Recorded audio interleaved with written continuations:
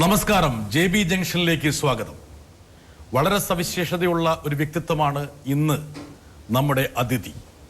പ്രമുഖ രാഷ്ട്രീയ നേതാവ്, ചിന്തകൻ, വാഗ്മി, മാധ്യമ സാരഥി, രചയിതാവ്, മുൻ കേന്ദ്രമന്ത്രി, സംസ്ഥാന രാഷ്ട്രീയത്തിൽ നിറഞ്ഞു നിൽക്കുന്ന ശ്രീ MB വീരേന്ദ്രകുമാർ. നമസ്കാരം. ഞാൻ ഒരുപാട് വിശേഷണം താങ്കൾക്ക് തന്നു. താങ്കൾ സ്നേഹം കൊണ്ട് പറഞ്ഞതാണ്, അത് അങ്ങനെ പറയുമല്ലോ. ഒരു കണക്കിന് ഇനിയും ഒരുപാട് പറയാനുണ്ട്. പക്ഷെ ഞാൻ ഒരുപക്ഷെ പ്രേക്ഷകരുടെ അവർക്ക് അധികം ഉൾക്കൊള്ളാനുള്ള അവരുടെ എന്താണ് ശക്തി, പ്രയാസം ഞാൻ ഒഴിവാക്കാൻ വേണ്ടിയിട്ടാണ് ഞാൻ ഈ പറഞ്ഞ ഈ വിശേഷണങ്ങളെല്ലാം താങ്കൾക്ക് 100% യോജിക്കുന്നതാണ്. ഇതിൽ ഏറ്റവും ഇഷ്ടപ്പെട്ട വിശേഷം താങ്കൾക്ക് ഏതാണ്? എഴുത്തുകാരൻ, മാധ്യമസാരഥി, രാഷ്ട്രീയ പ്രവർത്തകൻ, ചിന്തകൻ, വാഗ്മി. ചിലപ്പോൾ ഇതിലെനിക്കൊരു വീക്ഷണമുണ്ട്, ഒരു താത്വികമായൊരു വീക്ഷണമുണ്ട്. ഇപ്പോൾ ഒരു വലിയൊരു ചിന്തകൻ പറഞ്ഞു, ബ്രാഡ്ലി ആണെന്ന് തോന്നുന്നു, a man station it's duties എന്ന്. ഇപ്പം നമ്മളിപ്പോൾ ഇവിടെ ഇരിക്കുകയല്ലേ, ഇപ്പോഴത്തെ ചുമതല എന്താ? ഇൻ്റർവ്യൂ ആണ്. അപ്പോൾ ഇപ്പം എൻ്റെ പേഴ്സണാലിറ്റിയിൽ അതേ ഉള്ളൂ. അപ്പോൾ നമ്മൾ ഏതൊരു വ്യാപരിക്കുന്നുവോ ആ സ്റ്റേഷൻ ആണ് നിശ്ചയിക്കുന്നത് നമ്മൾ ആ സമയത്ത് എന്താണ് പർട്ടിക്കുലർ മുഹൂർത്തം. അപ്പോൾ നമ്മൾ എഴുതുമ്പം ബാക്കിയൊക്കെ പോയി. അപ്പൊ ഇപ്പോൾ താങ്കളുടെ പ്രധാനപ്പെട്ട ദൗത്യം എന്നുള്ളത് എന്റെ അഭിമുഖത്തോട് പരിപൂർണമായി സഹകരിക്കാനാണ്. ബാക്കിയുള്ളതൊന്നും ഇപ്പം മനസ്സിലില്ല. ഞാൻ താങ്കളെ ഒരുപാട് ആദരിക്കുന്ന ഒരാളാണ്. ഒരു 10-30 വർഷത്തെ ബന്ധം നമുക്കിടയിലുണ്ട്. ഞാൻ താങ്കളെ അടുത്തു നിന്നും ദൂരെ നിന്നും ഒക്കെ പല ആംഗിളിൽ നോക്കി കണ്ടിട്ടുണ്ട്. ഞാനിപ്പോൾ ഇരിക്കുന്നത് നമ്മുടെ സമൂഹത്തിന്റെ വ്യത്യസ്ത തലങ്ങളിൽ താങ്കളെക്കുറിച്ചുള്ള നിഗമനങ്ങൾ, നിരൂപണങ്ങൾ, ചിന്തകൾ, സംശയങ്ങൾ, ചോദ്യങ്ങൾ ഒരുപാടുണ്ട്. താങ്കളെ അറിയാത്തവരായിട്ട് ആരും കേരള രാഷ്ട്രീയത്തിലില്ല. അതൊക്കെ ഞാനിങ്ങനെ പോളി ചെയ്തിട്ട് താങ്കളുടെ മുമ്പിലേക്ക് സമർപ്പിക്കുകയാണ്. ഇതിലൊരു 90% ചോദ്യങ്ങൾ എൻ്റെ ചോദ്യങ്ങളല്ല. ഇതെല്ലാം സമൂഹത്തിൻ്റെ പരിച്ഛേദമായിട്ട് ഉയരുന്ന ചോദ്യങ്ങളാണ്. ആ ചോദ്യങ്ങളാണ് ഞാൻ സമർപ്പിക്കുന്നത്. അഥവാ ഏതെങ്കിലും ഒരു ചോദ്യത്തിൽ ചെറിയൊരു നീരസം തോന്നുകയാണ്, എന്നോട് തോന്നരുത്, ആ ചോദ്യത്തിൻ്റെ സ്രോതസ്സിനോട് തോന്നണം. ഞാൻ നീരസത്തിൻ്റെ പ്രശ്നമൊന്നുമില്ല, മറുപടി ഞാൻ പറയുന്നതാണല്ലോ. ഇപ്പോൾ താങ്കൾ ചോദിക്കുന്നത് സമൂഹത്തിൻ്റെ വിവിധ മേഖലകളിൽ എന്നെക്കുറിച്ചുള്ള കേട്ട അഭിപ്രായങ്ങളായിരിക്കും. മറുപടി ഞാനാണല്ലോ പറയുന്നത്. 100%. ഞാൻ പലപ്പോഴും പറയാറുണ്ട്, അങ്ങനെയുള്ള ചോദ്യങ്ങളെ സാധാരണഗതിയിൽ ബുദ്ധിയുള്ള ഒരാൾ എൻ്റർടൈൻ ചെയ്യും. എന്താ കാരണം വെച്ചാൽ അത് സംബന്ധിച്ചുള്ള സംശയങ്ങൾ ദൂരീകരിക്കാൻ ആ ഒരു മറുപടി സഹായിക്കുകയും ചെയ്യും. ഇന്ന് താങ്കൾ കേരള രാഷ്ട്രീയത്തിൽ വളരെ ശ്രദ്ധാകേന്ദ്രമാണ്. എന്താ കാരണം എന്ന് വെച്ചാൽ ശ്രീ MB വീരേന്ദ്രകുമാരുടെ രാഷ്ട്രീയ വഴിത്തിരിവ് എങ്ങോട്ട്? ഒരു ദശാസന്ധിയിൽ നിൽക്കുകയാണോ? ഇടത്തോട്ടോ വലത്തോട്ടോ നേരെയോ കുറുകയോ? താങ്കളെക്കുറിച്ചുള്ള ഒരുപാട് വാർത്തകൾ താങ്കളുടെ പത്രത്തിലും വരുന്നുണ്ട്. താങ്കൾ ആ ഒരു ഫ്രീഡം ഒരുപക്ഷെ ആ പത്രത്തിന് കൊടുത്തിട്ടുള്ളത് കൊണ്ടായിരിക്കാം. ഒരുപാട് നിഗമനങ്ങൾ വരുന്നുണ്ട്. ഇതെല്ലാം വായിച്ചിട്ട് ഊറിച്ചിരിക്കുകയാണോ അതെയോ? ഇല്ല, വായിക്കാറുണ്ട്. അപ്പോൾ നമ്മൾ ഓരോ ഘട്ടത്തിൽ പറയുന്ന അഭിപ്രായങ്ങൾ പല വിധത്തിലും വ്യാഖ്യാനിക്കാമല്ലോ. അപ്പോൾ ഞാൻ ഈയിടെ ചില അഭിപ്രായ പ്രകടനങ്ങൾ നടത്തിയിരുന്നു. അതേക്കുറിച്ച് പല വിധത്തിലും വ്യാഖ്യാനിക്കപ്പെടുന്നുണ്ട്. അതിപ്പോൾ അവരുടെ സ്വാതന്ത്ര്യത്തിൽപ്പെട്ട കാര്യമാണ്. അത്രേ അങ്ങനെ ഞാനത് വീക്ഷിക്കുന്നുള്ളൂ. ആ കാര്യങ്ങളെക്കുറിച്ച് ആർക്കും എങ്ങനെയും വിലയിരുത്താം. പലരെ പറ്റിയും പ്രത്യേകിച്ച് രാഷ്ട്രീയത്തിൽ പല വിധത്തിലുള്ള അഭിപ്രായങ്ങൾ രൂപീകരിക്കപ്പെടാം. അതൊന്നും അദ്ദേഹം നമ്മൾ വിചാരിച്ച പോലെ ആയിക്കൊള്ളുന്നില്ല. തീർച്ചയായിട്ടും. അതായത് സാഹചര്യമാണ് ഒരുപക്ഷെ രാഷ്ട്രീയ സിറ്റുവേഷൻസ്. ഇന്ന് ഒരുപക്ഷെ 2 വർഷം മുമ്പുള്ള സാഹചര്യം ഗണ്യമായിട്ട് ഇന്ന് മാറി എന്ന് താങ്കൾ വിശ്വസിക്കുന്നുണ്ടോ? കഴിഞ്ഞ ലോക്സഭാ തെരഞ്ഞെടുപ്പിന് ശേഷം ഇന്ത്യൻ രാഷ്ട്രീയം മുമ്പത്തെക്കാളൊക്കെ വലിയ മാറ്റങ്ങൾക്ക് വിധേയമായിട്ടുണ്ട്. അതിനു മുമ്പ് പല കാര്യങ്ങളിലും നമ്മളൊക്കെ പ്രതികരിച്ചിരുന്ന രീതിയും പറഞ്ഞിരുന്ന അഭിപ്രായങ്ങളും ഇപ്പോൾ കുറേ പ്രസക്തമല്ലാതായിട്ടുണ്ട്. ഇപ്പോൾ അന്നൊന്നും ഗൗരവമായി കാണാത്ത പല പ്രശ്നങ്ങളും ഇന്ന് സമൂഹത്തിൻ്റെ ഏറ്റവും വലിയ ചർച്ചാ വിഷയമായിട്ടുള്ളത്. അത് ഒരുപക്ഷെ താങ്കൾ ഉദ്ദേശിക്കുന്ന ഒരു ദേശീയ പരിപ്രേക്ഷ്യത്തെ മുൻനിർത്തിയായിരിക്കും.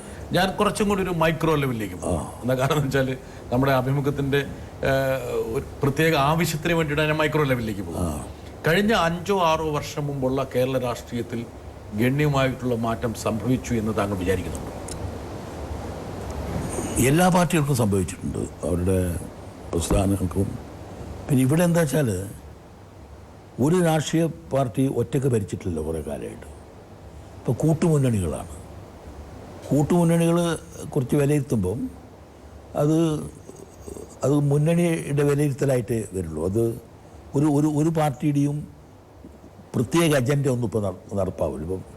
ഇപ്പം UDF ആവട്ടെ, കോൺഗ്രസിൻ്റെ മാത്രം അജണ്ടയില്ല, ഒരു മിനിമം പരിപാടി അടിസ്ഥാനത്തിൽ മുന്നണി ഉണ്ടാവുക. അതെ, ഇരു മുന്നണികളും അങ്ങനെ. ഇടതുപക്ഷം CPM-ന്റെ മാത്രമല്ല, എല്ലാ പാർട്ടിയും. ഒറ്റ സ്ട്രൈറ്റ് ആയിട്ട് ചോദിച്ചു, താങ്കൾ UDF-ലേക്ക് വന്ന് കയറുമ്പോൾ താങ്കൾക്കുണ്ടായിരുന്ന പ്രതീക്ഷകൾ, താങ്കൾക്കുണ്ടായിരുന്ന സ്വപ്നങ്ങൾ, താങ്കൾക്കുണ്ടായിരുന്ന നിഗമനങ്ങൾ, അനുമാനങ്ങൾ, ഇതിൽ കാതലായ മാറ്റം സംഭവിച്ചിട്ടുണ്ടോ ഇല്ലയോ? ഞങ്ങൾ UDF-ന്റെ ഭാഗമാണ്. UDF-ൽ മാന്യമായിട്ട് പെരുമാറിയിട്ടുള്ള ആ കാര്യങ്ങളൊന്നും അഭിപ്രായ വ്യത്യാസം. പക്ഷേ ചില ഇഷ്യൂസ് പുറത്ത് പറയാറില്ല, UDF-ൽ ചർച്ച ചെയ്യാറുണ്ട്. അപ്പം പാർട്ടികൾ തമ്മിലും പാർട്ടികൾക്കുള്ളിലും UDF മൊത്തത്തിലും ഞങ്ങളെ പാർട്ടിയെ സംബന്ധിച്ചും ഉണ്ടായ ചില അഭിപ്രായങ്ങളൊക്കെ അനുഭവങ്ങളാണത്. പിന്നീട് ഒരു മുന്നണിയിൽ വരുമ്പോൾ ഉള്ള അനുഭവം ഒരു മുന്നണിയിൽ വന്നാലുണ്ടാവുക. അതെ, വരുന്ന ഘട്ടത്തിലുള്ളതല്ല. അല്ല, അപ്പം ഓരോരോ ഘട്ടം വരുമ്പം അതിനനുസരിച്ച് പ്രതികരിക്കേണ്ടി വന്നിട്ടുണ്ട്.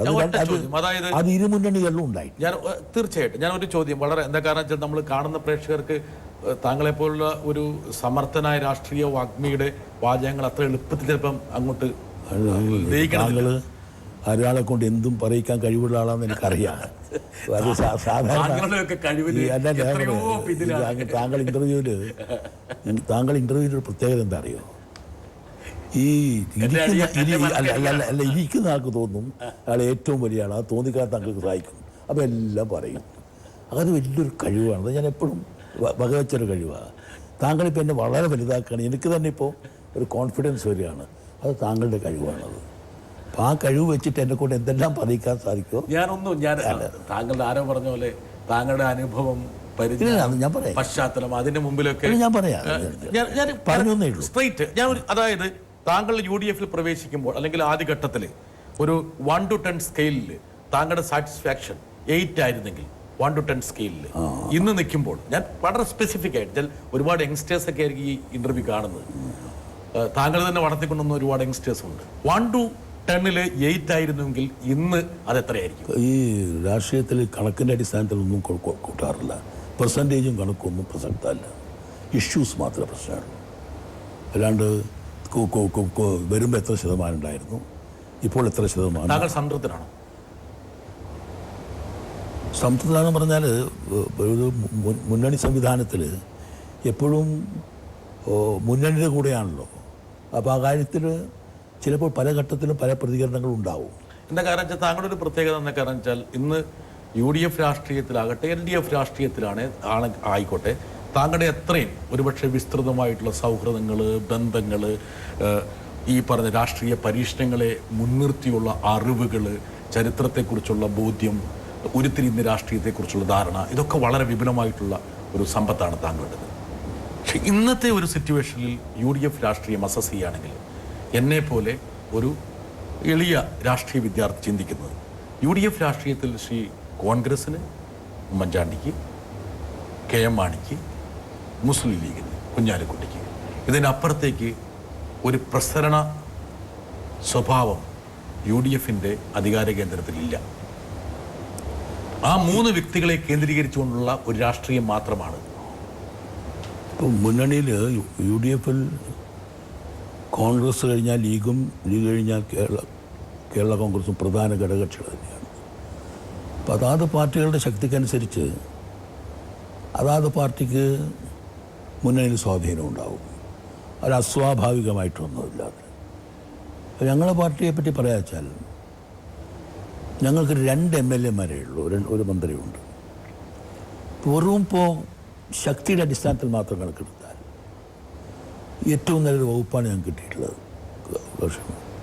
അതൊന്നും ഒരു എണ്ണം നോക്കി കിട്ടിയ പിന്നെ പരിഗണനയാണെന്നുള്ള അഭിപ്രായം എനിക്കില്ല. അതാ ഞാൻ പറഞ്ഞത് ശതമാനക്കണക്ക് പറയാൻ സാധിക്കില്ല. പക്ഷേ താങ്കൾ ഈ പറഞ്ഞ ഈ 3 കക്ഷികളും UDF പ്രധാന മേജർ കോൺസ്റ്റിറ്റ്യുവൻസാണ്. ആ കോൺസ്റ്റിറ്റ്യുവൻസിനെ ഇപ്പോൾ ഞങ്ങളെ സംബന്ധിച്ച്, ഞങ്ങളുടെ പാർട്ടിയെ സംബന്ധിച്ച് ഇപ്പം മന്ത്രിസഭയിൽ ഞങ്ങൾ വന്നപ്പം ഞങ്ങൾക്കുള്ള വകുപ്പുകളും പരിഗണനയൊക്കെ സംബന്ധിച്ച് വിലയിരുത്തുമ്പം അത് വെറും എണ്ണം നോക്കി മാത്രം തന്നാന്നുള്ള അഭിപ്രായമായിരിക്കില്ല. അതിന്റെ പോസിറ്റീവ് വശം. ഞാനിപ്പോൾ ചോദിച്ചത്, ഈ പറഞ്ഞ പോലെ എല്ലാ രാഷ്ട്രീയ തീരുമാനങ്ങളും ഈ മുന്നണിയിൽ ഈ 3 പേരുടെ ചുറ്റിപ്പറ്റി നിൽക്കുന്നു, ബാക്കി സ്ഥലത്തേക്ക് അതിൻ്റെ പ്രസരണം പോകുന്നില്ല എന്ന് പറയുന്നു, അല്ലെങ്കിൽ കടുത്ത വിലപേശലിന് വിധേയമാക്കിയാൽ മാത്രമേ എന്തെങ്കിലും കിട്ടുന്ന ഒരു അവസ്ഥയിലേക്ക് വരുന്നു. അത് താങ്കൾ അനുഭവം എന്നൊക്കെ പറഞ്ഞല്ലോ. ഒരു മുന്നണിയിൽ ഞാൻ മുന്നണിക്കുള്ളിൽ പറഞ്ഞതും മുന്നണിക്ക് പുറത്ത് പറഞ്ഞതുമായിട്ടുള്ള അഭിപ്രായമുണ്ട്. മുന്നണിയിൽ ഏറ്റവും വലിയ ഉത്തരവാദിത്വം മുന്നണിക്ക് നേതൃത്വം കൊടുക്കുന്ന കക്ഷിക്കാണ്. അവരാണ് മറ്റ് കക്ഷികളെയൊക്കെ ഒരുമിപ്പിച്ച് കൊണ്ടുപോകേണ്ടത് അവരാണ്. ഒരു ജനാധിപത്യ സംവിധാനത്തിൽ ജനാധിപത്യ കക്ഷികളിൽ അഭിപ്രായ വ്യത്യാസം കൂടുതലുണ്ട്. ഒരു കേഡർ സ്വഭാവമുള്ള പാർട്ടികളൊന്നുമല്ല അതൊക്കെ. പക്ഷെ അതൊക്കെയാണെങ്കിലും മുന്നണിയിൽ വരുമ്പോൾ ഒരേകോപിച്ച അഭിപ്രായമായിട്ട് വരുമ്പോഴേ മറ്റ് ഘടകകക്ഷികളും കൂടി കൂടെ കൊണ്ടുപോകാൻ സാധിക്കുള്ളൂ. UDF ദൗർഭാഗ്യവശാൽ ചിലപ്പോൾ അങ്ങനെയൊന്നും സംഭവിക്കാറില്ല.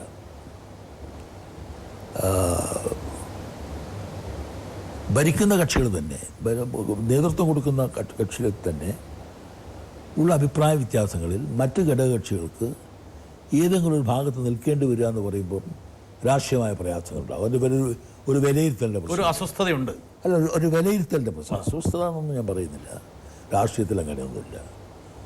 അപ്പോൾ ഒരു മുന്നണിയിൽ ഓരോ കക്ഷിയിലും പല ഗ്രൂപ്പും ഉണ്ടാവാം. ആ ഗ്രൂപ്പുകൾ നോക്കി മുന്നണി കക്ഷികൾക്ക് പ്രവർത്തിക്കാൻ സാധിക്കില്ല. ശിവരേന്ദ്രകുമാർ, എനിക്ക് തോന്നിയിട്ടുള്ളൊരു കാര്യം, അതായത് താങ്കളുടെ DNA ഉണ്ട്, ഒരു പൊളിറ്റിക്കൽ DNA. ഞാൻ പറഞ്ഞില്ല, ഞാൻ താങ്കളുടെയൊക്കെ പഴയകാല പ്രസംഗങ്ങളൊക്കെ കോളേജ് ക്ലാസ് കട്ട് ചെയ്ത് വന്നിട്ട് കേട്ടിട്ടുള്ള ഒരു പശ്ചാത്തലമുണ്ട്.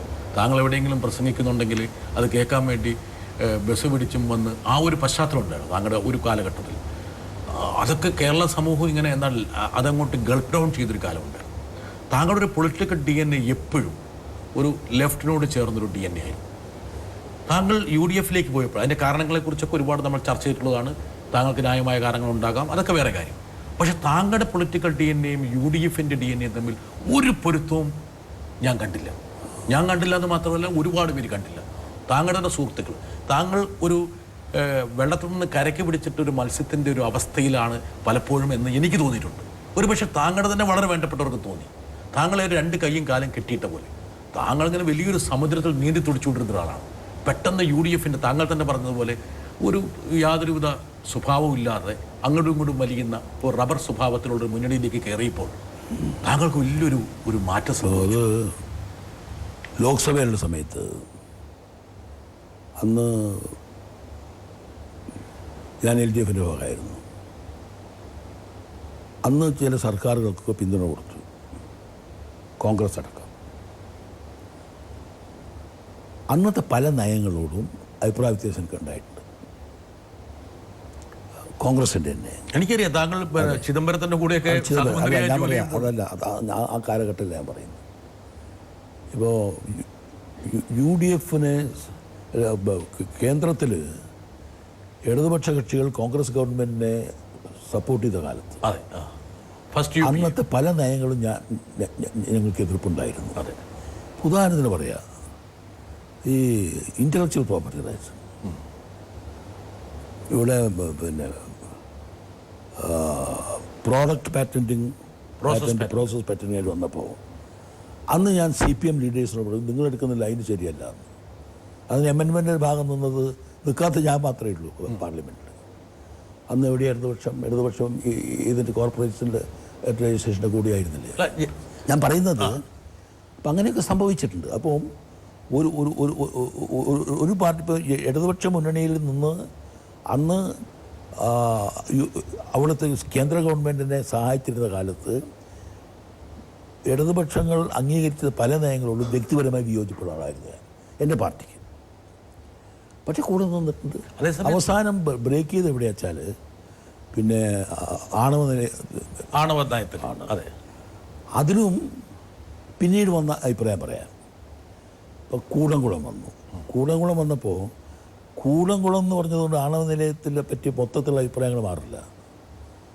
അതിൽ ലെഫ്റ്റ് ഒരു അഭിപ്രായം എടുത്തത് അത് റഷ്യൻ റിയാക്ടറായത് വന്നുപോയി എന്നുള്ളതാണ്. ശിവരേന്ദ്രകുമാർ കറക്റ്റായി. അതുകൊണ്ട് എൻ്റെ കോർപ്പറേറ്റൈസേഷനെ പറ്റി എൻ്റെ അഭിപ്രായങ്ങൾ ഞങ്ങൾ പിന്നെ ഇടതുപക്ഷ മുന്നണിയിൽ നിൽക്കുമ്പോഴും ഇടതുപക്ഷ മുന്നണിയൊന്നും മുഴുവൻ അംഗീകരിച്ചിട്ടൊന്നുമില്ല. ഇപ്പോൾ ഞാൻ കേരളത്തിൽ ഉദാഹരണം പറയാം. പ്ലാച്ചിമടയിൽ ഞങ്ങൾ സമരം നടത്തി, വേൾഡ് വാട്ടർ കോൺഫറൻസൊക്കെ നടത്തി. അത് ശരിക്ക് കൊക്കക്കോലക്കെതിരായിട്ടൊരു സമരമല്ല, അത് ഗ്രൗണ്ട് വാട്ടർ അത് അമിതമായി ചൂഷണം ചെയ്യുക. ഇപ്പോൾ പാലക്കാട് ഇന്നല്ലെങ്കിൽ നാളെ മരുഭൂമിയാവുമെന്നൊക്കെയാണ് ഞങ്ങൾ അങ്ങനെയൊക്കെ ഒരു അസസ്മെൻ്റ് ആയിരുന്നു. അതിൽ ഇരുമുന്നണികളും എതിരായിരുന്നു. പക്ഷേ ഇരുമുന്നണികളിൽ കുറേ നേതാക്കൾ പങ്കെടുത്തിട്ടുണ്ട്. ഞാൻ ഒന്നും കൂടെ ചുരുക്കം, ഒരുപക്ഷെ താങ്കൾ പറഞ്ഞു വരുന്ന കാര്യങ്ങൾ എനിക്കറിയാം. പക്ഷേ ഈ അഭിപ്രായ വ്യത്യാസങ്ങൾ ഒരുപക്ഷെ താങ്കളുടെ പാരന്റ് പാർട്ടിയും താങ്കളും തമ്മിലുണ്ടായിരുന്നു. ജനതാദൾ അവിടെ ഭരിച്ചിരുന്ന സമയത്തും ആ പാർട്ടി എടുത്തിരുന്ന നയങ്ങൾ ഒരുപക്ഷെ താങ്കൾ കേരളത്തിലുണ്ടായിട്ടില്ല. അത് കേരളത്തിലുണ്ടായിരുന്നില്ല. ഞാൻ പറഞ്ഞാൽ ആ ഒരു ലെവലിൽ നോക്കുകയാണെങ്കിൽ JD ഗവൺമെന്റ് ഹെഡ് ചെയ്ത സമയത്തും താങ്കൾ എതിർത്തിരുന്ന എല്ലാ ലിബറലൈസേഷനും അവിടെ നടപ്പിലാക്കിയിരുന്നു. ഇപ്പോൾ രണ്ട് ഉദാഹരണം പറയും. ഒന്ന് പ്ലാച്ചിമട പറഞ്ഞല്ലേ, എക്സ്പ്രസ് ഹൈവേ, ഇരുമുന്നണികൾ എക്സ്പ്രസ് ഹൈവേൻ്റെ കൂടെയല്ലേ. താങ്കൾ ഇപ്പോഴും അതേ നിലപാട്? ഞാൻ പറയുന്നത് അതേ നിലപാട് ഇപ്പോഴത്തെ അല്ല പറയുന്നത്. അന്ന് സമരത്തിൽ ഞങ്ങൾ വന്നപ്പോൾ ഞങ്ങളുടെ പാർട്ടി ഇരുമുന്നണികൾ ഞങ്ങൾക്കെതിരല്ലേ. ഞങ്ങൾ ഈ എക്സ്പ്രസ് വേ താങ്കൾ എതിർത്തത് തെറ്റായി പോയി എന്ന് പിന്നീട് താങ്കൾക്ക് തോന്നിയതായിട്ട് ഞാൻ കേട്ടിട്ടുണ്ട്. പിന്നെ അങ്ങനെ ഞാൻ ഒരിക്കലും പറഞ്ഞിട്ടില്ല. ഞാൻ പിന്നെ എൻ്റെ അടുത്ത സുഹൃത്താണ് താങ്കളുടെ മകൻ ഷേംസ് കുമാർ. ഷേംസ് കുമാർ പറഞ്ഞിട്ടുണ്ട് ഇവിടെ എക്സ്പ്രസ് വേ 1 അല്ല 2 വേണമെന്ന് പറഞ്ഞു. അയാൾക്ക് വേറെ അഭിപ്രായം ഉണ്ടാവും. ശ്രേയാംസ് കുമാറിൻ്റെ അഭിപ്രായം ഒരിക്കലും ചർച്ച ചെയ്യാറില്ല ഈ കാര്യങ്ങൾ. അല്ല, അത് പറയാം. ഞാൻ പറയുന്നത് അതിൽ അന്ന് ഞാനെടുത്ത നിലപാട്, ആ നിലപാടിനോട് ഇരുമുന്നണികൾ യോജിച്ചിട്ടില്ല. പക്ഷെ ആ എക്സ്പ്രസ് ഹൈവേ വന്നിട്ടില്ല ഇവിടെ. അത് ഏറ്റവും പ്രധാനമായി ഞാൻ പറഞ്ഞത് 5 മണിക്കൂർ കൊണ്ട് തിരുവനന്തപുരത്ത് എത്തണം. 5 മണിക്കൂർ കൊണ്ട് തിരുവനന്തപുരത്ത് എന്നെങ്കിൽ മിനിമം സ്പീഡ് എന്തായിരിക്കണം വാഹനത്തിൻ്റെ. ഇതൊക്കെയാണ് ഞാൻ പറഞ്ഞത്. മാത്രമല്ല ഒരു 3-4 റിസോർട്ട്സ് വൈക്കിലൊക്കെ 100 ഏക്കർ എടുത്തവരുടെ പിന്നെ ക്ലബ്സും പിന്നെ പാർലേഴ്സും പിന്നെ ഈ ചൂത് കളിക്കേണ്ട സ്ഥലങ്ങളും ഇതൊക്കെയാകുമ്പം തിരുവനന്തപുരത്തേക്ക് പുറപ്പെടുന്ന 5-6 ദിവസം കഴിഞ്ഞ് അവിടെ എത്തുള്ളൂ.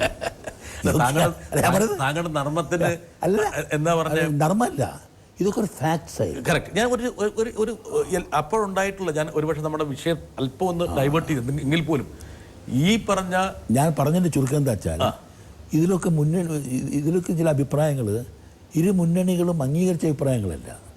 പക്ഷേ ചില അഭിപ്രായങ്ങൾ ഞങ്ങൾ ഫൈറ്റ് ചെയ്തിട്ടുണ്ട്. ആ അഭിപ്രായങ്ങളൊക്കെ ഇപ്പോഴും എനിക്കുള്ള അഭിപ്രായങ്ങൾ തന്നെയാണ്. എൻ്റെ ചോദ്യം അതായിരുന്നില്ല. എൻ്റെ ചോദ്യം എന്ന് വെച്ചാൽ ഞാൻ വളരെ സ്പെസിഫിക് ആയിട്ട് ചോദിച്ചു. അതായത് താങ്കൾ അനുഭവിച്ചിരുന്ന ഒരു കംഫർട്ട് സോണുണ്ട്. താങ്കളുടെ ഒരു നിലപാടുകളും കാര്യങ്ങളും ഒക്കെ താങ്കൾക്ക് ഒരു റോറിംഗ് പ്രസൻസ് ആയിരുന്നു. താങ്കൾ ഒരു കേരളത്തിൻ്റെ ലെഫ്റ്റോ സെൻട്രൽ നിന്നുകൊണ്ടുള്ള പ്രസൻസ്. അത് UDF രാഷ്ട്രീയത്തിലേക്ക് പോയപ്പോൾ അതിൽ വല്ലാത്ത ഒരു ഛേദം ഭംഗം സംഭവിച്ചു എന്ന് താങ്കളുടെ തന്നെ വളരെ വിലപ്പെട്ട വേണ്ടപ്പെട്ട അഭിദ്യോഗാംശികൾ പലരും അഭിപ്രായപ്പെട്ടു.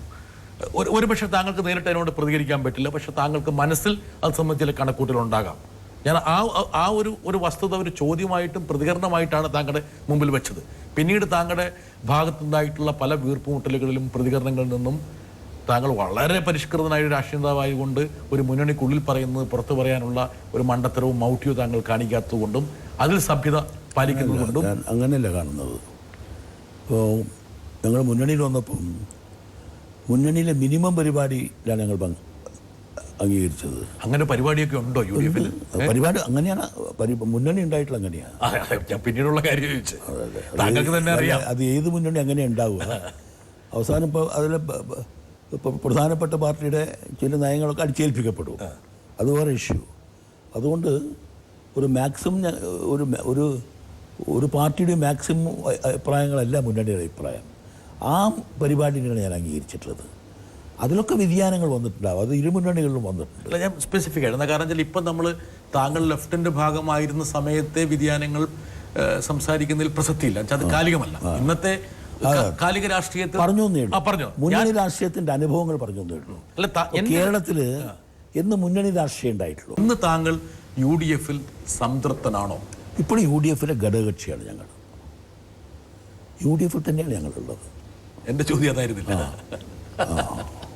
എന്നെക്കാളും സമർത്ഥനായിട്ടുള്ള മാധ്യമ സാരഥി ആയതുകൊണ്ട് എന്റെ ചോദ്യം ഇതായിരുന്നു.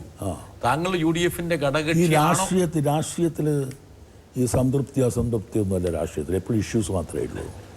രാഷ്ട്രീയത്തിൽ ഓരോ ഘട്ടത്തിൽ ഇപ്പം നമ്മൾ ഈ സംസാരിക്കുമ്പം അടുത്ത മണിക്കൂറിൽ എന്തെങ്കിലും സംഭവ വികാസം ഉണ്ടാവുക കേരളത്തിൽ. അപ്പോൾ ഈ പറഞ്ഞ പ്രതികരണമായിരിക്കില്ല. രണ്ട് കാര്യമുണ്ട്. പോളിറ്റിക്സ് അങ്ങനെ ഓക്കെ, രണ്ട് വളരെ ഫ്ലൂയിഡ് ആയിട്ടുള്ള സിറ്റുവേഷനാണ്. ഒരുപക്ഷെ ദേശീയ തലത്തിൽ ജനതാദൾ കക്ഷികൾ ഏകോപിക്കുന്നു, അതിൻ്റെ ഒരു ധ്രുവീകരണം നടക്കുന്നു, അതിൻ്റെ ഒരു പശ്ചാത്തലം, കേരള രാഷ്ട്രീയത്തിൽ UDF രാഷ്ട്രീയത്തിൽ സംഭവിച്ചുകൊണ്ടിരിക്കുന്ന രാസപരിണാമം, ഇതിനിടയിലൊക്കെ താങ്കൾ പൊതുസമൂഹത്തിൻ്റെ ഭാഗം കൂടിയാണ്. UDF ഗവൺമെൻറ്റിനെ ഗ്രസിച്ച ഒരുപാട് കുംഭകോണങ്ങളും ആക്ഷേപങ്ങളും, ഇപ്പം സോളാർ കുംഭകോണം, അതിനുശേഷം ബാർ കുംഭകോണം. ഞാൻ പ്രതികരിച്ചിരുന്നു അതിൽ. ഇതിനൊന്നും ഇപ്പോൾ ഇതൊക്കെ ആരോപണങ്ങളാണ്. ഇതിപ്പോൾ ഏതെങ്കിലും കോടതിയോ അല്ലെങ്കിൽ ഉത്തരവാദപ്പെട്ട സംവിധാനങ്ങളോ കുറ്റക്കാരായിട്ട് ഇവരൊന്നും പറഞ്ഞിട്ടില്ല. ആക്ഷേപങ്ങൾ ഉണർന്നിട്ടുണ്ട്. അപ്പം അതിൽ ഒരു പഴയ അനുഭവം ഞാൻ പറയാം. 67 സപ്തകക്ഷി മുന്നണി ഭരണം.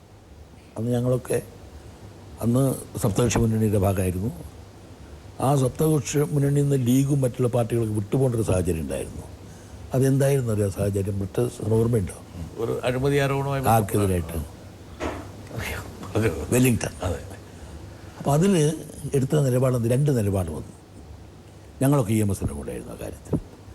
EMS പറഞ്ഞത് അഴിമതി ആരോപണം ഉന്നയിച്ചുകൊണ്ട് അഴിമതിയായോ ഒന്ന്. അതിൻ്റെ പേരിൽ ഒരു മുന്നണി ബ്രേക്ക് ചെയ്ത് പോയി. അവിടുന്നാണ് ലീഗ് പോയതും CPI ഒക്കെ പോയത്. വീരേന്ദ്രകുമാർ, ഇവിടെ സംഭവിച്ചത് ആരോപണം ഉയരുന്നു, തെളിവുകൾ വരുന്നു, ക്വിക്ക് വെരിഫിക്കേഷൻ നടക്കുന്നു, FIR ഫയൽ ചെയ്യപ്പെടുന്നു. കോൺഗ്രസിന്റെ KPCC നിർവാഹക സമിതിയിലും എക്സിക്യൂട്ടീവിലും ചർച്ച വരുമ്പോൾ മുതിർന്ന കോൺഗ്രസ് നേതാക്കൾ പറയുന്നു, മാണി പണം മേടിച്ചിട്ടില്ല എന്ന് പറഞ്ഞാൽ പാലയിലെ ഒരു കൊച്ചുകുട്ടി പോലും വിശ്വസിക്കില്ല എന്ന് പറയുന്നു. വലിയ ആക്ഷേപങ്ങൾ. ഞാൻ പറയുന്നത് രാഷ്ട്രീയ കക്ഷികളും ആ കക്ഷികളുടെ ഗ്രൂപ്പുകളും പറഞ്ഞ അഭിപ്രായങ്ങളൊന്നും വിധിപ്രഖ്യാപനം അല്ല. താങ്കളുടെ ഇപ്പോഴത്തെ കൺസ്ട്രെയിൻസ്, ഇപ്പം മാണി കൈക്കൂലി വാങ്ങിയെന്നാണല്ലോ ആരോപണം. അതിനെക്കുറിച്ച് ഒരു സംവിധാനത്തിൽ അദ്ദേഹം വാങ്ങിയെന്ന് പറയണമല്ലോ. ഒരു ജഡ്ജ്മെന്റ് വേണ്ട, അല്ലാണ്ട് എങ്ങനെ പറയും? ഇപ്പം ആരെ പറ്റിയൊക്കെ പറയുന്നുണ്ട്. പൊതുവെ UDF രാഷ്ട്രീയത്തിൽ സംഭവിച്ചിരിക്കുന്ന ഈ പറഞ്ഞ വലിയൊരു മൂല്യച്യുതി, അത് താങ്കളെ പോലുള്ള ആൾക്കാർ പരോക്ഷമായിട്ട് സൂചിപ്പിക്കുന്ന കാര്യമാണ്. ഈ ഒരു സിറ്റുവേഷനിൽ നിന്ന് UDF-ന് മുന്നോട്ട് പോകാൻ പറ്റാത്ത ഒരു പ്രത്യേക പരിസ്ഥിതി സൃഷ്ടിച്ചു. താങ്കൾ എന്നോട് ചോദിച്ചത് അഴിമതി ആരോപണങ്ങൾ പറ്റിയാണ്. പിന്നെ ഞാൻ പറഞ്ഞത്, എൻ്റെ മറുപടി അതിനെന്തായിരുന്നു വെച്ചാൽ, അഴിമതി ആരോപണങ്ങൾ ഉന്നയിക്കപ്പെട്ടിട്ടുണ്ട് പലരുടെ പേരിലും. ആ അഴിമതി ആരോപണങ്ങളിൽ ഏതെങ്കിലും ഒരു വിധി പ്രഖ്യാപനം കോടതിയുടെ ഭാഗത്തു നിന്നോ അല്ലെങ്കിൽ അതുമായി ബന്ധപ്പെട്ട ഏത് അഭിപ്രായങ്ങൾ പറയേണ്ട സംവിധാനങ്ങളിൽ നിന്നോ ഉണ്ടായിട്ടുണ്ടോ എന്നുള്ളതാണ്. അതിൻ്റെ അഭിപ്രായ പ്രകടനത്തിൻ്റെ പേരിൽ നമ്മൾ ഒരു നിലപാട് സ്വീകരിക്കാൻ പറഞ്ഞാൽ പല അഭിപ്രായങ്ങളുടെ പേരിൽ പല അഭിപ്രായങ്ങളും പല മണിക്കൂറുകളും സ്വീകരിക്കേണ്ടതായിട്ട് വരും. അത് രാഷ്ട്രീയത്തിൽ നടക്കില്ല. UDF-ന് ഈ ഒരു പ്രതിച്ഛായ വെച്ചിട്ട് മുന്നോട്ട് പോകാൻ പറ്റുമോ താങ്കളുടെ അഭിപ്രായത്തിൽ? അതൊക്കെ ജനങ്ങൾ തീരുമാനിക്കേണ്ട കാര്യമാണ്. പ്രതിച്ഛായയാണ്. അപ്പോൾ ജനങ്ങൾ കേരളത്തിൽ ഇരുമുന്നണികളുള്ള സമയത്ത് ഇരുമുന്നണികൾ ശക്തി കൊണ്ട് 2 കൂട്ടരും ഭരിച്ചിട്ടില്ല.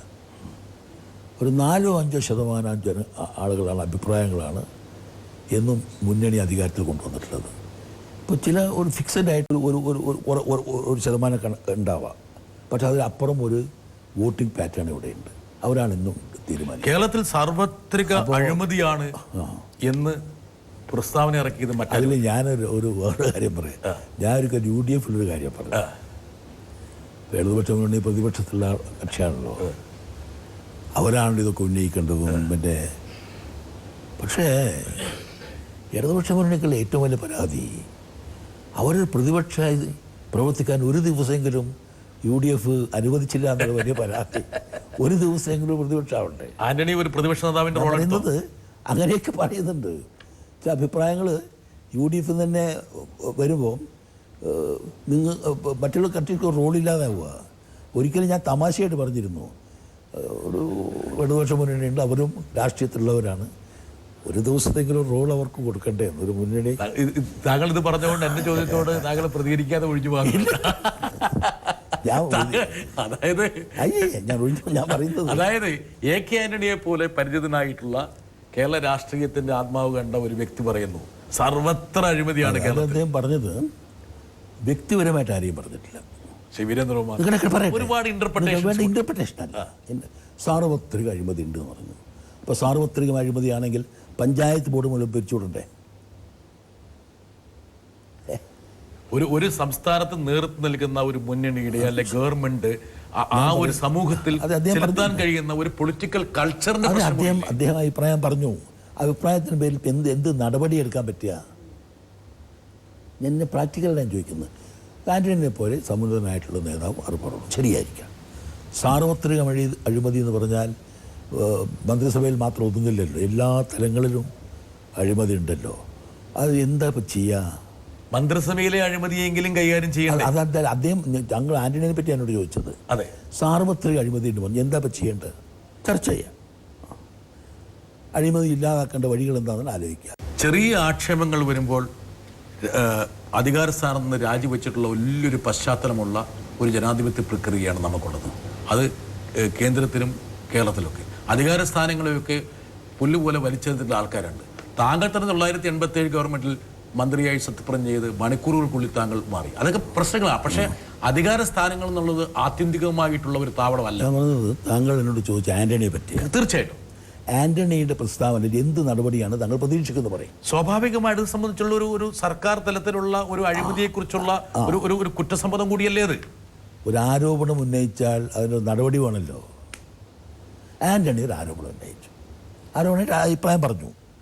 അഭിപ്രായത്തിൽ എന്ത് നടപടിയാണ് ഗവൺമെന്റ് എടുക്കുന്നത്?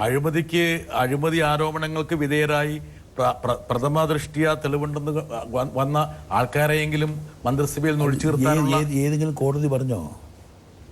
താങ്കൾ ഇപ്പം കോടതികളുടെ ഒരു വിധി പ്രഖ്യാപനത്തിന് വേണ്ടിയാണോ രാഷ്ട്രീയം? മാവോയിസ്റ്റുകളെ അറസ്റ്റിനെ പറ്റി വന്നു, എന്താ ഇപ്പം കോടതിയുടെ അഭിപ്രായം? ഒരു മാവോയിസ്റ്റ് ആവുന്നത് തെറ്റല്ല ആണോ? ആക്ഷൻ എന്ത് ചെയ്തു നോക്കിയിട്ടേ ഞാൻ താങ്കളുടെ എണ്ണമറ്റ പ്രസംഗങ്ങൾ കേട്ടിട്ടുണ്ട്, ലോകസഭയിലും നിയമസഭയിലും പൊതുവിലും. അതിലൊക്കെ താങ്കൾ ഇതുപോലുള്ള ചെറിയ ചെറിയ അഴിമതി ആരോപണങ്ങൾക്ക് തെളിവുപോലില്ലാതെ FIR പോലും രജിസ്റ്റർ ചെയ്യപ്പെടാത്ത കേസുകളിലൊക്കെ താങ്കൾ ഘോരം അവർക്കൊരു നടപടി ആവശ്യപ്പെട്ടു. അത് വ്യക്തിപരമായി ഓരോരുത്തർക്ക് തീരുമാനിക്കുക. അപ്പം ഞാൻ ഫോറസ്റ്റ് മിനിസ്റ്റർ ആയിരുന്നു, 48 മണിക്കൂർ രാജിവെച്ചു. അതുകൊണ്ട് എല്ലാ ഫോറസ്റ്റ് മിനിസ്റ്ററും 56 മണിക്കൂർ രാജിവെക്കണമെന്ന് ഞാൻ പറയുന്നു.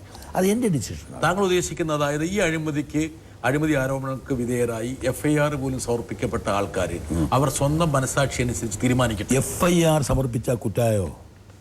ഞാൻ ചോദിക്കില്ല, താങ്കൾ പറഞ്ഞു വരുന്നത് അവരവർ തീരുമാനിക്കട്ടെ എന്നുള്ളതാണ്. അല്ല, ഞാൻ ചോദിക്കുന്നത് FIR ഇപ്പം എൻ്റെ പേരിൽ ഇടതുപക്ഷ മുന്നിലുള്ള സമയത്ത് ഒരു FIR വന്നു, എന്തിൻ്റെ ക്രൈം ബ്രാഞ്ച് എൻക്വയറി. ഞാൻ കുറ്റക്കാരനാണോ?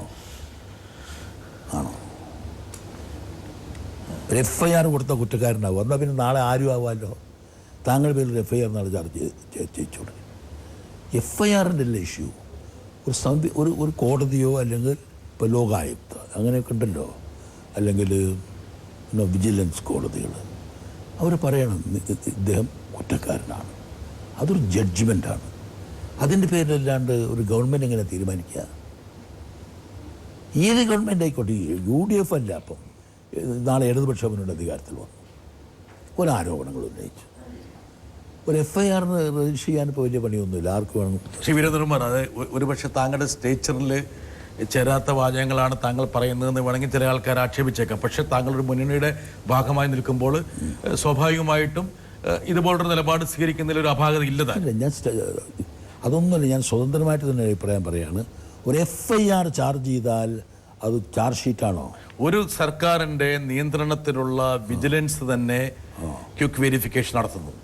ആ സർക്കാരിലെ മന്ത്രിക്കെതിരെ പ്രഥമദൃഷ്ട്യാ കേസുണ്ടെന്ന് പറഞ്ഞ് ആ വിജിലൻസ് തന്നെ FIR സമർപ്പിക്കുന്നു. മറ്റൊരു ഏജൻസിയല്ല, ഒരു സംസ്ഥാന സർക്കാരിന്റെ നിയന്ത്രണത്തിലുള്ള ഏജൻസിയാണ്. ഇത് സംബന്ധിച്ചാണ് ആക്ഷേപം വന്നിരിക്കുന്നത്. സർക്കാരിന്റെ നിയന്ത്രണത്തിലുള്ള ഏജൻസി ഒരു FIR സമർപ്പിച്ച കുറ്റാവോ? അങ്ങനെയാണ് നാളെ ഒരു ഗവൺമെന്റ് വന്ന ഒരാൾക്ക് ഭരിക്കാൻ സൈക്കിളിലൂടെ. എന്തായാലും താങ്കൾക്ക് സംബന്ധിച്ചൊരു നിലപാടുണ്ട്. ആ നിലപാട് താങ്കൾ ഉറച്ചിരിക്കുന്നു? എൻ്റെ ഒരു ചോദ്യവും ഒരു ക്യൂരിയോസിറ്റി. അത് കാരണം വെച്ചാൽ ഞാൻ അതിനെ മാത്രമേ പറയുള്ളൂ. ഞാൻ പറഞ്ഞത് ഇപ്പോൾ ഏത് ഗവൺമെൻറ് ആയിക്കോട്ടെ, ഒരു FIR രജിസ്റ്റർ ചെയ്തതിൻ്റെ പേരിൽ ഒരു സ്ഥാനം ഒഴിയണമെന്ന് പറഞ്ഞാൽ ഗവൺമെൻറ്റുകൾ ഉണ്ടാവുമോ? താങ്കൾ തന്നെ പറയും. ശ്രീ വീരേന്ദ്രകുമാർ, എത്രയോ രാജികൾ ഇന്ത്യൻ രാഷ്ട്രീയത്തിലും കേരള രാഷ്ട്രീയത്തിലും ഒരു FIR പോലും ഇല്ലാതെ നടന്നിട്ടുണ്ട്. താങ്കൾക്കറിയാം, താങ്കൾക്ക് എത്രയോ രാജികൾക്ക് വേണ്ടിയിട്ട് മറുപടി കൂട്ടിയിട്ടുണ്ട്. ലോകസഭയിലൊക്കെ താങ്കൾ എഴുന്നേറ്റ് നിന്ന് നടത്തിയ പ്രസംഗങ്ങളൊക്കെ ഞാൻ ഇപ്പോഴും ഇപ്പോഴും എന്റെ മനസ്സിൽ പ്രതിഫലിക്കുന്നുണ്ട്. താങ്കൾ പറയുന്നത് ഓരോരുത്തർക്കും ചില മോറൽ സ്റ്റാൻസ് ആണ്, അതുണ്ട്. അതൊക്കെ ചരിത്രത്തിന്റെ ഭാഗമാവുന്നു. ലാൽ ബഹദൂർ ശാസ്ത്രി അരിയല്ലൂർ ആക്സിഡന്റ് ആയപ്പോൾ രാജിവെച്ചു. കേരള രാഷ്ട്രീയ ലാൽ ബഹദൂർ ശാസ്ത്രി ഒരു തീവണ്ടി അപകടം സംഭവിച്ചപ്പോൾ രാജിവെച്ചു. താങ്കൾ ഉദ്ദേശിക്കുന്ന അത്തരത്തിലുള്ള മൂല്യബോധത്തിന്റെ പ്രസക്തിയൊക്കെ ഇന്ന് കാലിക രാഷ്ട്രീയത്തിൽ നഷ്ടപ്പെട്ടു. വേറെ ഒന്നും കൂടി ഞാൻ പറയാം. ഇവിടെ മുമ്പ് PC ചാക്കോയുടെ സമയത്ത് അഴിമതി ആരോപണം വന്നത് വൈരമാല എന്നാണ്. വൈരമാല, ഏതോ ഒരു വൈരമാല വാങ്ങിയതാണ്. അത് എനിക്ക് എന്താ കഥ.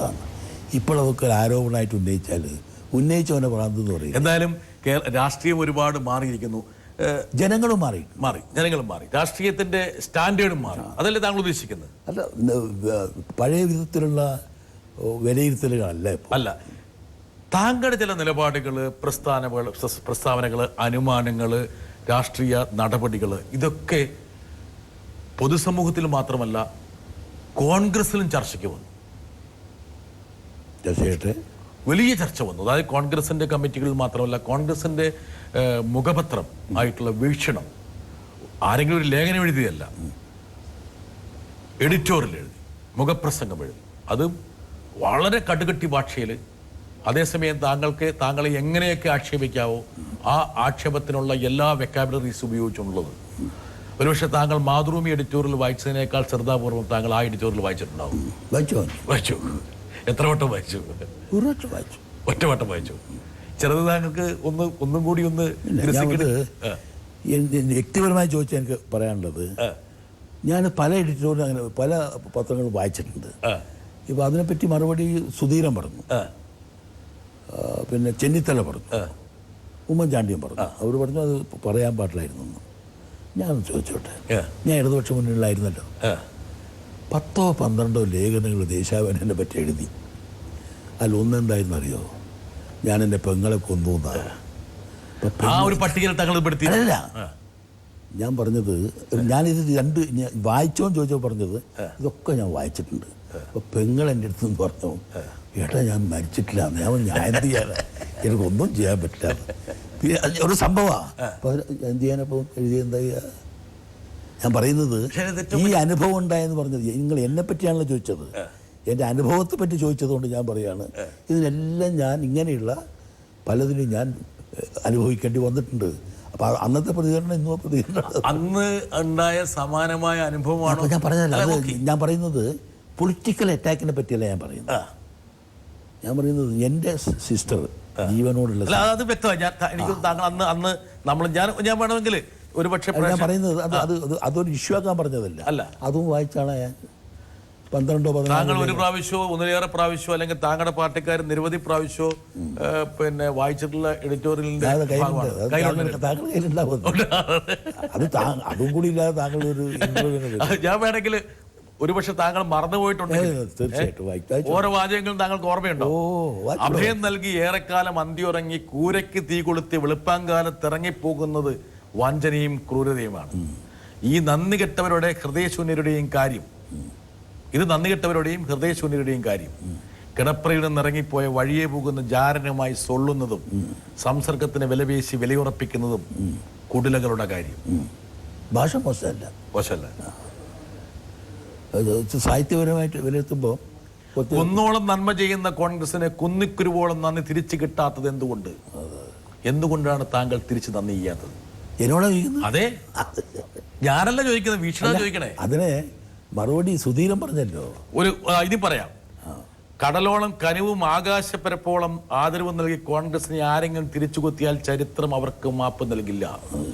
യേശുവിനെ ഒറ്റുകൊടുത്ത യൂദാസിനും സീസറെ കുത്തിയ ബ്രൂട്ടസിനും ഒപ്പമായിരിക്കും ചരിത്രത്തിൽ അവർക്കുള്ളത്. ബ്രാക്കറ്റിൽ താങ്കൾക്കുള്ള സ്ഥാനം. അതാണ് വീക്ഷണത്തിൻ്റെ അഭിപ്രായം. അതിനെക്കുറിച്ച് അവരഭിപ്രായം പറഞ്ഞു. ആര്? സുധീരനൊക്കെ അഭിപ്രായം പറഞ്ഞു. അതിനെക്കുറിച്ച് ശ്രീ വീരേന്ദ്രകുമാർ, കോൺഗ്രസിന്റെ മുഖപത്രം, കോൺഗ്രസ് പാർട്ടിയുടെ നിയന്ത്രണത്തിലും നേതൃത്വത്തിലുമുള്ളത്, സുധീരനും ഉമ്മൻചാണ്ടിയും രമേശ് ചെന്നിത്തല അഭിപ്രായം പറഞ്ഞു എന്ന് പറഞ്ഞു.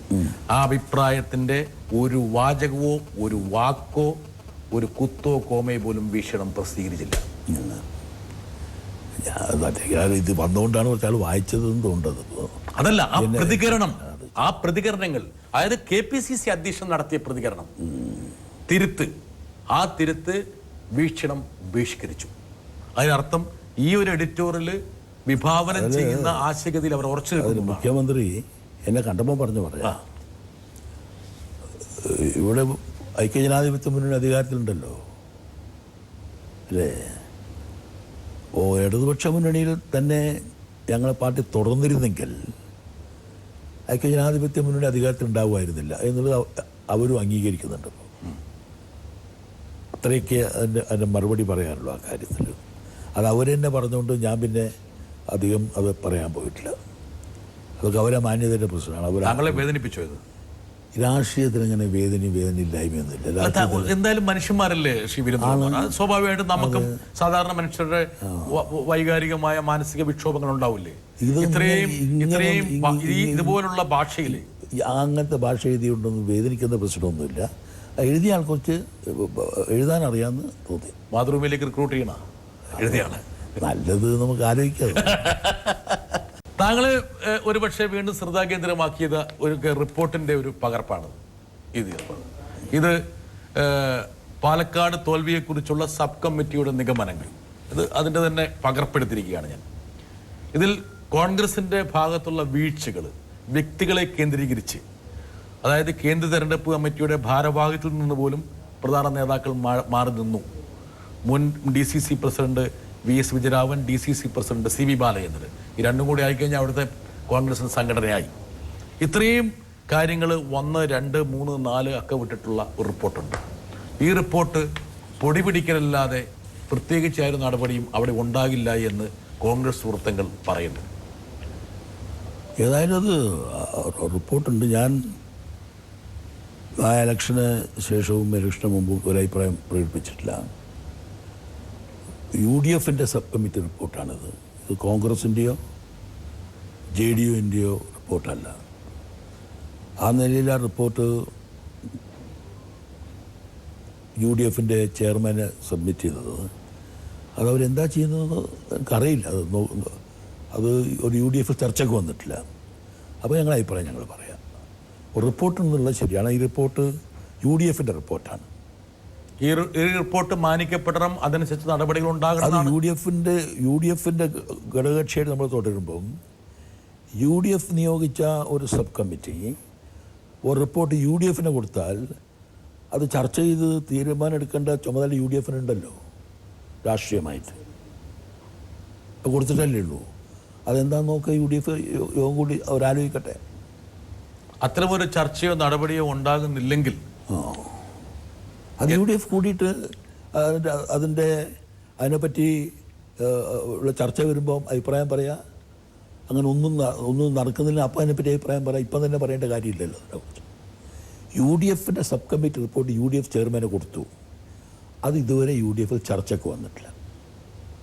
ഇപ്പോൾ രണ്ടാമത്തെ മീറ്റിംഗ് എന്തോ കഴിഞ്ഞെന്ന് തോന്നുന്നു, എനിക്കറിയില്ല അതേക്കുറിച്ച്. അത് UDF ആണ് പരിഗണിക്കേണ്ടത്. അത് UDF എന്താണ് ചെയ്യാൻ നമുക്ക് നോക്കാമല്ലോ. ആ റിപ്പോർട്ട് പരിഗണിച്ച് അനന്തര നടപടി സ്വീകരിക്കുന്നില്ല എങ്കിൽ സ്വാഭാവിക ചോദ്യം എന്റെ ഭാഗത്ത് ഉണ്ടാവുമല്ലോ. ചോദിക്കുന്നു, ഉറപ്പാണ്. അതിന്റെ മറുപടി എന്താണെന്ന് താങ്കൾക്കറിയാം. അതെ, അപ്പോൾ അതിന്റെ മറുപടി താങ്കൾക്ക് അപ്പം അറിയാം. ചോദിച്ച ആൾക്ക് എന്റെ മറുപടി അറിയുമ്പോൾ പിന്നെ എനിക്ക് എത്ര എളുപ്പമായത്. എനിക്കെല്ലാം അറിയാം. താങ്കൾ മാത്രമല്ല, താങ്കൾ പറയുന്ന മറുപടി എന്താണെന്നും യഥാർത്ഥത്തിൽ പറയാൻ ഉദ്ദേശിച്ച മറുപടി എന്താണെന്നും യഥാർത്ഥത്തിൽ പറയാൻ ആഗ്രഹിച്ച മറുപടി എന്താണെന്നും എനിക്കറിയാം. അതെ, അതെനിക്കറിയാം. അതാണ് താങ്കളുടെ കഴിവ്. ഈ 3 മറുപടി എനിക്കറിയാം. അതായത് താങ്കൾ പുറത്തേക്ക്, ഞാൻ താങ്കളെ നിരാശപ്പെടുത്തിയിട്ടില്ല. താങ്കൾ പുറത്തേക്ക് വിടുന്ന വാക്കുകളിൽ നിന്ന് എത്രത്തോളം വ്യത്യസ്തമായിട്ടുള്ള മറുപടികൾ താങ്കളുടെ ഹൃദയത്തിന്റെ ഉള്ളിൽ ഉരുത്തിരിയുന്നുണ്ടെന്നുള്ള കാര്യവും എനിക്കറിയാം. താങ്കളുടെ നെഞ്ചെടുപ്പുകൾ ഞാൻ കറക്റ്റായിട്ട് ശ്രമിച്ചുകൊണ്ടിരിക്കുകയാണ്. അത് വലിയ കഴിവാണ്. ശ്രീ MB വീരേന്ദ്രകുമാറുമായിട്ടുള്ള സംഭാഷണം ഇവിടെ അവസാനിക്കുന്നില്ല. അടുത്ത ദിവസം ഇതേ സമയം ഞങ്ങൾ വീണ്ടും തിരിച്ചു വരുന്നു.